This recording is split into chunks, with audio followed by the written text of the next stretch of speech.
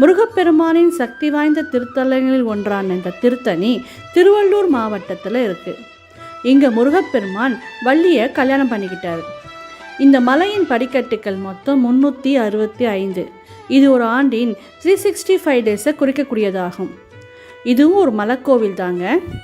நிறைய பேருக்கு இந்த கோவில் முருகர் குலதெய்வமாக இருக்கார்.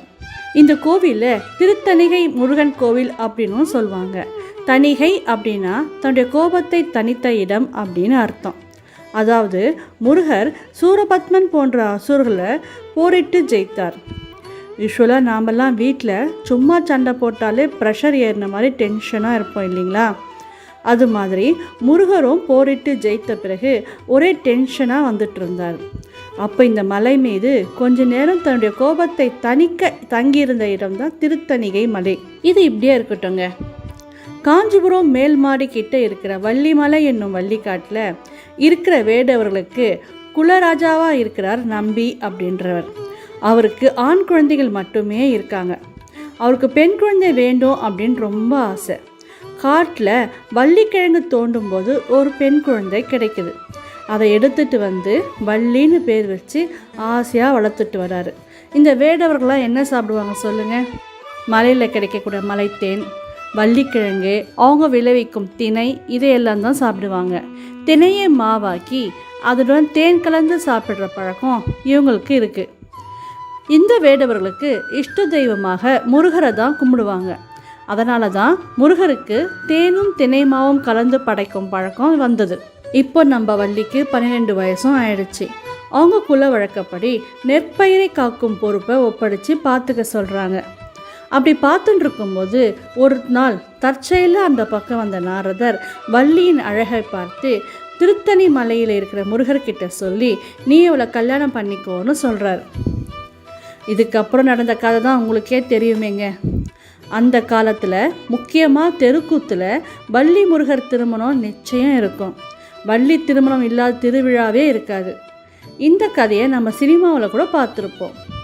வள்ளியை கல்யாணம் பண்ணிக்க தன்னுடைய அண்ணன் கணேசனுடைய ஹெல்ப்பை கேட்க அவரும் தான் கல்யாணம் பண்ணிக்கலாலும் பரவாயில்ல, தம்பியாவது 2 திருமணம் செய்துக்கிறான்னு சந்தோஷமாக யானை மாதிரி போய் வள்ளியை பயமுறுத்த வள்ளி முருகனை பார்க்க இப்படியே போகுதுங்க. தன்னுடைய அப்பாவின் அனுமதியோடு முருகனை திருமணம் செய்து கொண்டாள் வள்ளி. இந்த கோவிலில் தான் வள்ளி மற்றும் தேவயானுடன் முருகன் காட்சி தருகிறார். சரி, யார் இந்த வள்ளி தேவயானை? முற்பிரிவில் வள்ளியும் தேவயானையும் சிஸ்டர்ஸ், ஸ்ரீ மகாவிஷ்ணுவோட மகள்கள். அவர்கள் 2 பேருக்குமே முருகரை திருமணம் செய்துக்கணும்னு ரொம்ப தீவிரமாக தவம் இருந்தாங்க. அவங்களுக்கு காட்சி தந்த முருகர் அடுத்த பிறவியில் நிச்சயம் திருமணம் செய்துக்கிறேன்னு ப்ராமிஸ் பண்ணுறார். அதன்படி அமிர்தவள்ளி இந்திரன் மகளாக பிறந்த முதல் திருமணமும், சௌந்தரவள்ளி வேடவர் குலத்தில் பிறந்து 2ஆம் திருமணமும் செய்துக்கிறாங்க. சரி, வள்ளி தேவயானை எப்படி பேர் வந்ததுன்னு பார்க்கலாம். வள்ளி கிழங்கு தோண்டும் போது கிடைத்த பெண் குழந்தை, அதனால் அந்த குழந்தைக்கு வள்ளின்னு பேர் வச்சு வளர்க்குறாங்கன்னு நமக்கு பார்த்தோம். அதே மாதிரி இந்திரன் கிட்ட ஐராவதம் அப்படின்னு ஒரு யானை இருந்தது. அந்த யானை வெள்ளை கலரில் ரொம்ப அழகாக இருக்குமா. அந்த யானை இந்திரன் மகளை செல்லமாக பார்த்து கொண்டு தான். அதனால் அவளுக்கு தெய்வ யானை என்றும் தேவசேனா என்றும் பெயர் வந்துதான். உடனே பாகுபலி ஞாபகம் வந்துடுச்சிங்களா? திருத்தணியில் ஐராவதம் வாகனமாக இருப்பதை நாம் இப்போ கூட பார்க்கலாம். வள்ளி தேவயானம் இருபுறமும் நிற்க நடுவில் முருகர் ஞானத்தின் அடையாளம், ஞான சக்தி. வள்ளியோ இச்சாசக்தி, தெய்வயானை கிரியாசக்தி. எந்த செயலை செய்தாலும் அதற்கான ஆசை, விருப்பம் நம்ம மனதில் எழ வேண்டும். அதை தான் நம்ம இச்சாசக்தின்னு சொல்கிறோம். அந்த ஆசையை நிறைவேற்ற வேண்டும் என்ற உத்வேகம் ஏற்படும் இல்லைங்களா? அதை தான் நம்ம கிரியாசக்தி அப்படின்னு சொல்கிறோம். இப்போ புரியுதுங்களா கந்தன் ஏன் 2 திருமணம் செய்து கொள்கிறாருன்னு? இந்த தத்துவத்தை உணர்த்தான்.